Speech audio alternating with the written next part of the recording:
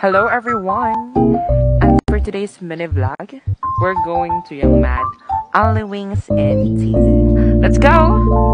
This is located at Paulati Street, Iraya, Inupanan, Albay. You can pin sa Waze, Young Mat, Only Wings and Tea para hindi kayo maligaw. They're open every day from 10 a.m. to 9 p.m.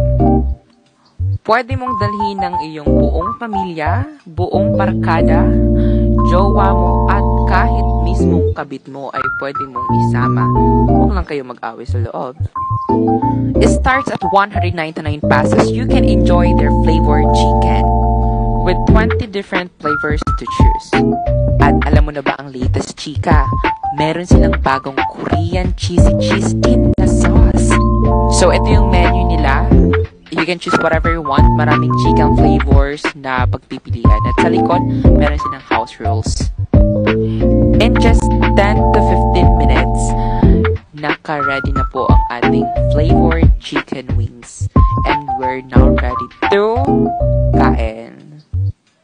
At kapag nakita mo ang video na to, it's a sign na talaga para kumain ka sa Young Mat, Only Wings and Tea. Kasama ko dito si Ate Janice and Kuya Arnel. At syempre yung mga college friends niya. Ito yung bagong Korean cheese niya.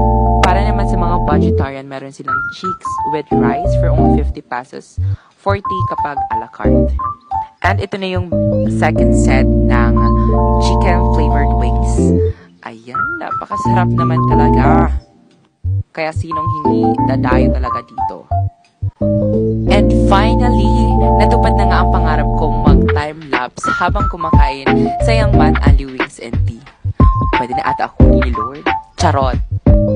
Mapapa 5-star ka talaga sa kanila, hindi lang sa masarap ng pagkain, kundi dahil sa mga friendly and accommodating staff nila.